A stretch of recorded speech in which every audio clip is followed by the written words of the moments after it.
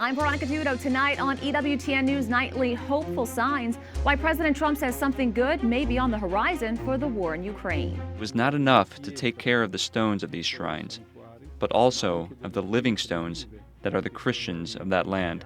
Holy Mission. We have an exclusive interview with the Custos of the Holy Land, how he sees his mission in this time of conflict. Plus, jubilant voices. We'll take you to Rome to see how Holy Mother Church celebrated the Jubilee of Choirs. These stories and more tonight. From EWTN, the Global Catholic Network, this is EWTN News Nightly. Thank you for being with us. Our top story tonight. Press Secretary Caroline Leavitt says people inside the White House feel optimistic about the push for peace in Ukraine. American diplomats worked over the weekend with their Ukrainian counterparts to seek a deal. Critics allege it favors Russia. President Donald Trump has repeatedly said he just wants the fighting to end. Right now, we are at a critical moment. Ukrainian President Volodymyr Zelensky provides an update on negotiations to end the war in Ukraine. Putin wants legal recognition for what he has stolen, to break the principle of territorial integrity and sovereignty. And that's the main problem.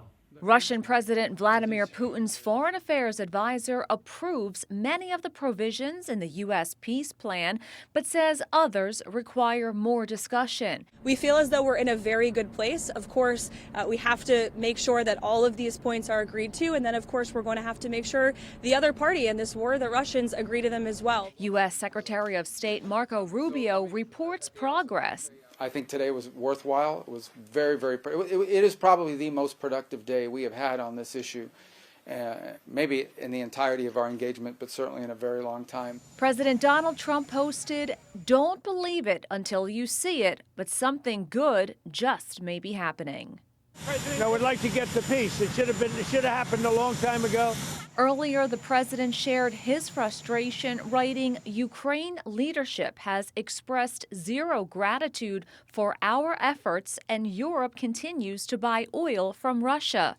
But Secretary Rubio says those comments came before diplomatic talks. I think he's quite pleased at the reports we've given him about the amount of progress that's been made. And just today, European Union leaders met on the sidelines of a summit to discuss Ukraine's peace efforts. We must remain united and keep placing Ukraine's best interest at the center of our efforts. This is about the security of our entire continent, now and in future. The U.S. says it is committed to ensuring that Ukraine's sovereignty, security, and future prosperity remain central to the ongoing diplomatic process. But some Ukrainians believe Russia stands to get the better part of the deal. And we are waiting for this war to stop, but not on these terms. Meanwhile, Latvia, one of the European countries that borders Russia, has been severely impacted by the war. Today, Pope Leo XIV met with a Christian delegation from the country to commemorate the 100th anniversary of the first official pilgrimage from Latvia to Rome. The Prime Minister spoke to EWTN's affiliate in Latvia about her encounter with the Pope. Pope knows very well the political situation as well with Russia and Ukraine, and he knows how difficult it is for Latvia to stay strong in such a very hard geopolitical situation. Fears of Russian aggression have been growing in Latvia as suspicious drones have been spotted in eastern NATO countries. Pope Leo told the audience of Latvian pilgrims to turn to God and be strengthened by His grace in such turbulent times.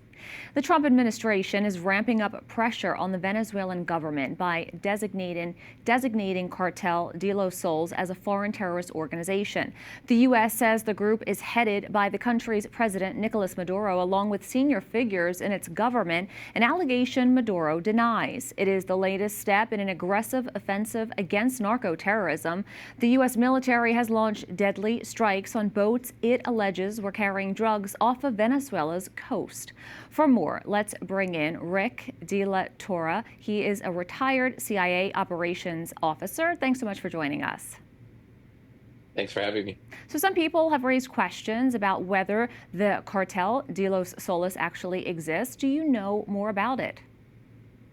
Yeah, oh, it definitely exists. It's been around for quite some time. Its name is derived from the epaulets that the generals wear, where it prominently displays a sun. So Cartel de los Soles has long lasted during this Maduro regime, where they basically kick up illicit funds from drug sales to Maduro's inner circle. Can you explain why an administration designates a group as a foreign terrorist organization? Well, by doing that, it actually allows the administration to access a whole new set of tools that they couldn't when it was just simply treated as a criminal organization. A lot of these laws were passed post 9/11, and it's the same laws that we use to prosecute military action against the Taliban and against Al-Qaeda and others, major terrorist organizations. So this now allows the administration to carry out military action against Cartel de los Soles in the Caribbean basin. What do you make of some of the videos surfacing of Maduro singing American songs and saying that he wants peace? It harkens back to the time of, I think it reminds me of Gaddafi, and then before that in Iraq, Saddam Hussein, where they embrace the people, they try to show that they're alive, to try to get them invigorated. But I don't think that's really going to work in Maduro's Venezuela. You can make the argument that sometimes the more fanatical types might actually take up arms and push back against military intervention on behalf of the United States.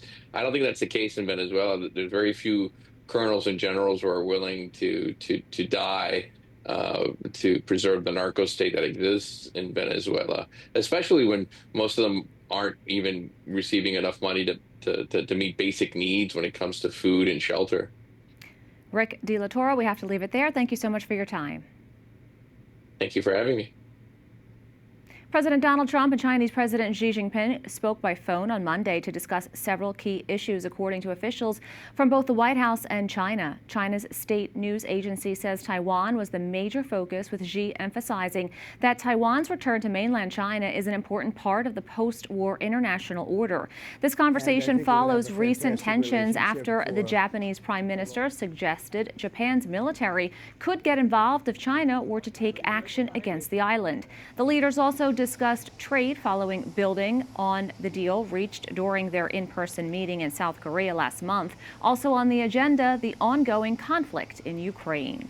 A federal judge has dismissed the criminal cases against both former FBI Director James Comey and New York Attorney General Letitia James today. The judge ruled that the prosecutor who brought the charges, interim U.S. Attorney Lindsay Halligan, was illegally appointed by the Justice Department, which meant she had no lawful authority to present the indictments. Both Comey and James are known political adversaries of President Donald Trump. Their lawyers had argued that the prosecutions were vindictive, politically motivated, and that Halligan's appointment was improper. To discuss this topic, we're joined by Paul Pelletier, an attorney and former federal prosecutor. Thanks so much for joining us. Thanks for having me, Veronica. So the judge dismissed the cases without prejudice. What is the legal significance? Well, without prejudice means that if the U.S. Attorney's Office cures the defect, in other words, allows the judges in the district to appoint a U.S. attorney who is lawfully there, then potentially they can, in fact, re-indict the case.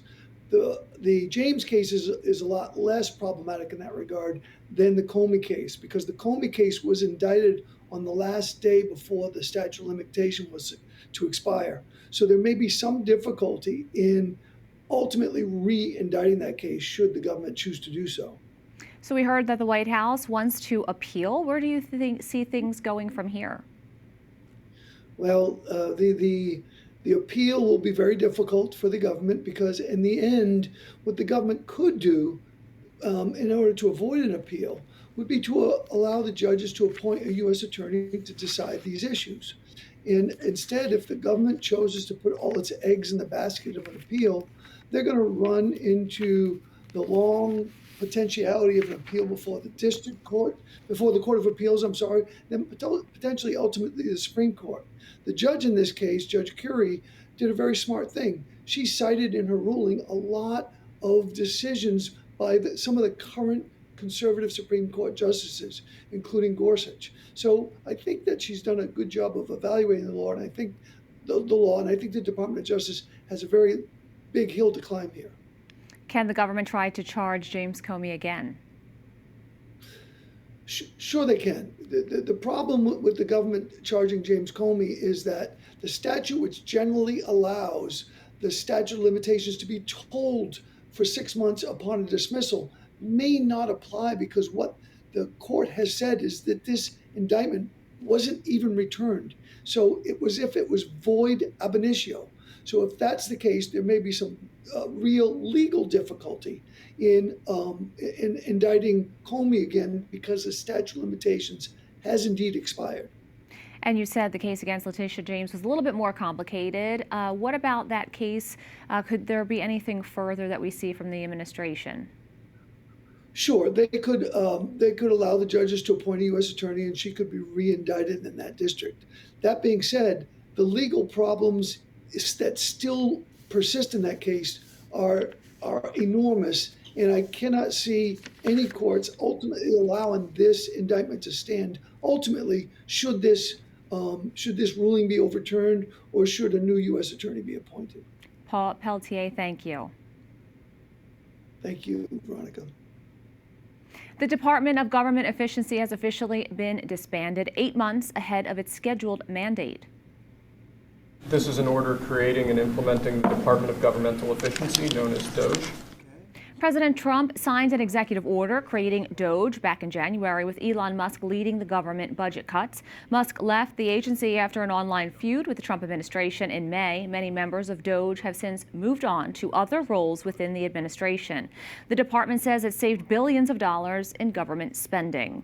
We have a lot more still to come on EWTN News Nightly. Custody of the Holy Land, the Order of Friars, with the important mission of preserving and caring for the holy places. We have an exclusive interview with their superior. And new developments in one of the worst mass abductions in Nigeria right after the break.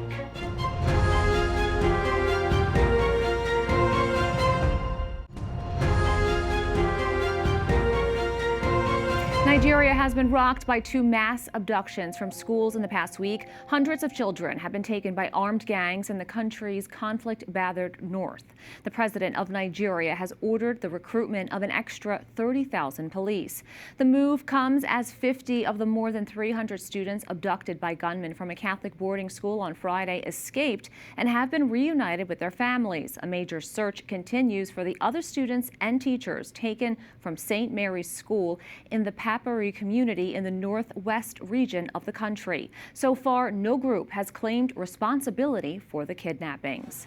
This tragic incident and another smaller abduction of students from a school in Kebbi State prompted authorities to temporarily close tens of boarding schools due to safety concerns. On Sunday, Pope Leo expressed immense sadness, calling for the release of the abductees and urged authorities to act swiftly.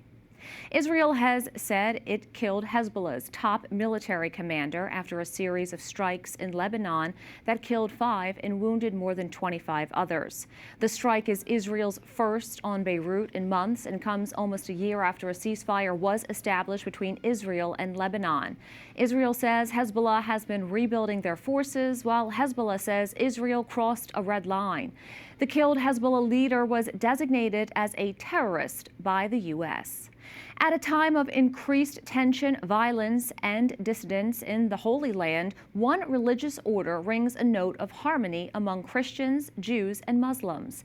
EWTN News Vice President Matthew Bunson recently sat down with Father Francesco Yelpo, the current Custos, who oversees the Franciscan presence in the Holy Land.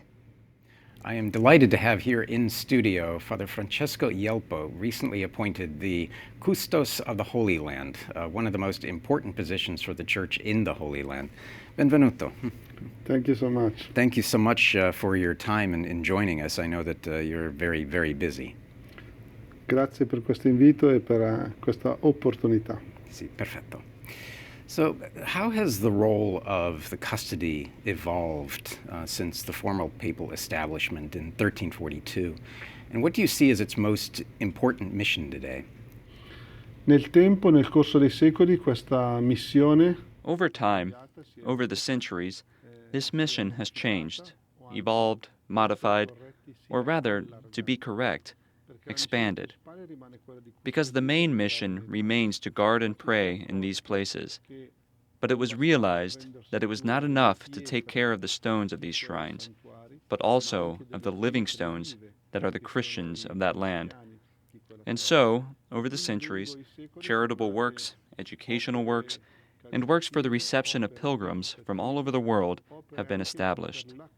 And in the last century, an important scientific work from a biblical point of view has also developed. Can you describe the current challenges facing Christian communities in the Holy Land, and how does the custody support their continued presence and thriving? Oggi la sfida principale. Today, the main challenge facing the Christian community, and I'm not thinking only of Israel and Palestine, but also of our presence as custodians in Lebanon and Syria, for example, is to grow and continue to love in a context of tension, in a context of perpetual conflict. This is the main challenge, because this tension and conflict give rise to various other challenges and difficulties, such as employment, housing, and education. And the custody in recent years, and particularly in recent years, has sought to support the Christian community with schools, parishes, charitable works, and food parcels for families. But we realize that this is not enough, because the greatest challenge is always to be able to give people hope. So how has the ongoing regional conflict affected the custody's work, and what role do you see the Franciscans playing in promoting peace and reconciliation? La prima conseguenza è la mancanza di lavoro. The first consequence is the lack of work. Because there is a lack of pilgrims, there is a lack of religious tourism. And the Christian community, especially in Palestine, in the West Bank, live around an economy linked to religious tourism. So the first major effect is really on work, on the ability to support one's family. Then there is a second consequence, which is the tension of uncertainty about the future, especially for one's children. And this is very heavy, very serious, and the custody continues first and foremost to support and sustain the salaries of all our employees, of all of our Christians, and also seeks to continue the educational work that is the schools. We currently have 18 schools with about 10,000 students, both Christian and Muslim. The custody operates schools, hospitals, and social programs throughout the region. Can you share how these institutions serve both the Christian community and also the broader population? Our schools and works are recognized by everyone, and other religions and communities are also very happy to enroll their children in our schools. For example, in Jericho, 90% of the students attending the Franciscan school are Muslim. Yet they understand and appreciate that the service we offer is for everyone and is of high quality. We had a lot more to talk about with the Custos. Tune in tomorrow for the rest of the interview. Up next on EWTN News Nightly's Sacred Music Celebration, Pope Leo has a special message for thousands of choir members gathered for their Jubilee. Plus, the holiday season officially kicks off at the White House.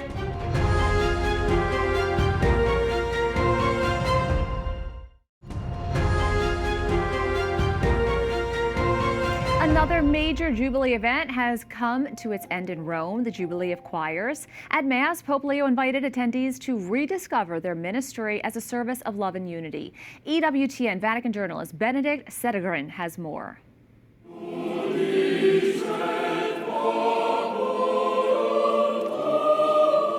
Singing belongs to those who love, Pope Leo reminded the faithful gathered in Rome for the Jubilee of Choirs.